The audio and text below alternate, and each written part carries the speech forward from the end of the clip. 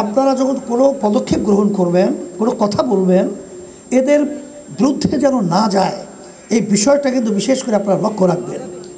এটা প্রথম অবস্থায় কিন্তু আমি প্রধান উপদেষ্টা ডক্টর ইউনূস সাহেবকে বলেছিলাম, শুকরিয়া, তিনি আচরণগুলো আলহামদুলিল্লাহ অনেকটা ভালো, কিন্তু আজকে যে উপদেষ্টা যাদেরকে নিয়োগ দেওয়া হয়েছে তার ভিতরে কিছু উপদেষ্টা যেটা নাকি আমাদের দেশের জনগণের মনের এবং তাদের চিন্তার বিপরীতে, একটু আগে যে বলেছিলেন আমাদের ফয়জুল করিম মুফতি সাহেব, যে ফারুকী সাহেব, সেখানে বৈষম্য বিরোধী ছাত্র আন্দোলনে যারা নাকি জীবন দিয়েছে, রক্ত দিয়েছে এবং যারা নাকি এই প্রতিবাদ করেছিল, তারাও কিন্তু এই উপদেষ্টার বিরোধিতা করেছে।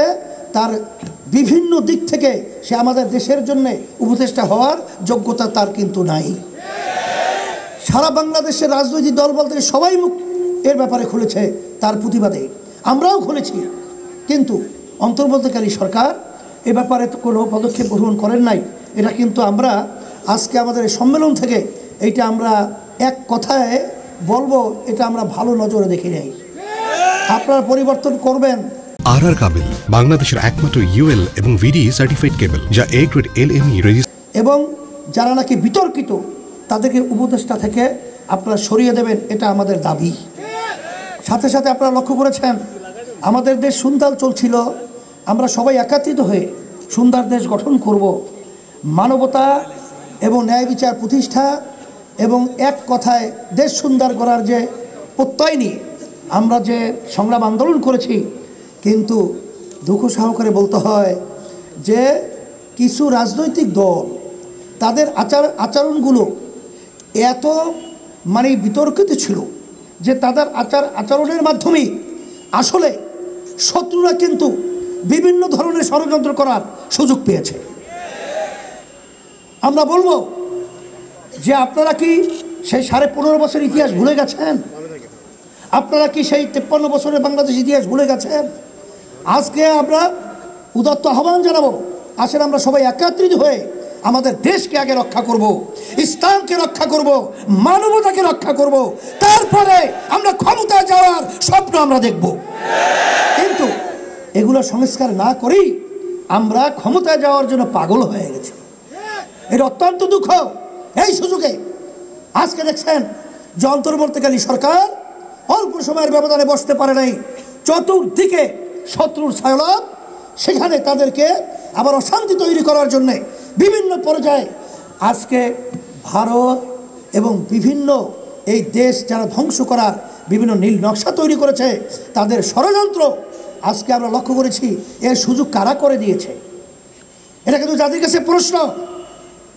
আজকে আপনারা দেখেছেন বাংলাদেশে হিন্দুরা এবং সংখ্যালঘুরা যে সুন্দরভাবে এবং স্বাধীনভাবে, এক কথায় আমরা অনেক সময় বলে থাকি মায়ের কোলে যেরকম সন্তান নিরাপদ থাকে, সেরকম আমাদের দেশের মধ্যে সংখ্যালঘুরা সর্বক্ষেত্রে নিরাপদ থাকার পরেও আজকে আমাদের পাশের রাষ্ট্রে ভারত, সেখানে বিভিন্ন সংবাদ মাধ্যম আমাদের দেশকে অশান্তি তৈরি করার জন্য বিভিন্ন মিথ্যা সংবাদের মাধ্যমে দেশকে বিভিন্ন ধ্বংস করার, বিভিন্ন ধরনের অশান্তি করার বিভিন্ন নীল নকশা তৈরি করেছে।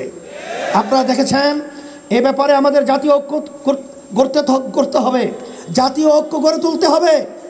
আগে হুব্বুল ওয়াতানি মিনাল ঈমান, ঈমান দেশের আন্তরিকতা, মহব্বত এবং দেশের প্রতি আন্তরিকতা থাকে, ঈমানের একটা অংশ। আমরা বলবো যারা আওয়ামী লীগ করছেন, শেখ হাসিনা এবং তার পরিবারের নেতৃত্বে, আমি বলবো যারা নাকি তাদের নেতৃত্বে এখন আওয়ামী লীগ করার স্বপ্ন দেখছেন, তারা দেশের শত্রু, তারা ইসলামের শত্রু, তারা মানবতার শত্রু।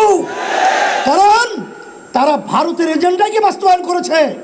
শেখ প্রধানমন্ত্রী ফ্যাসিস্ট, তিনি বলেছিলেন ভারতকে যা দিয়েছি তা কখনোই তারা ভুলতে পারবে না। কিন্তু আপনি কি এনেছেন সেটা তো আমাদের বাংলাদেশের জনগণ শোনে নাই।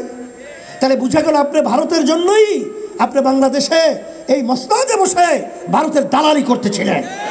তাহলে যারা আওয়ামী লীগ করছেন, আমি বলবো দল করবেন, কিন্তু শেখ হাসিনার নেতৃত্ব নয়।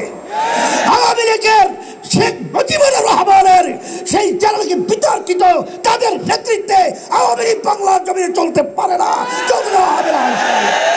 সাথে সাথে আমরা নির্বাচনের ব্যাপারে বলেছি, 53 বছর স্বাধীনতার বয়স, আজকে দেশ যাদের যে নিয়মের মাধ্যমে নির্বাচন হয়েছে, এই নির্বাচনের মাধ্যমে ফ্যাসিস্ট তৈরি হয়েছে।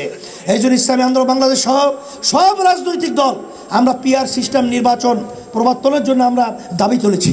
পিআর সিস্টেম আপনারা জানেন, প্রায় 91টা দেশ তাম দুনিয়ার ভিতরে এই পদ্ধতি রয়েছে।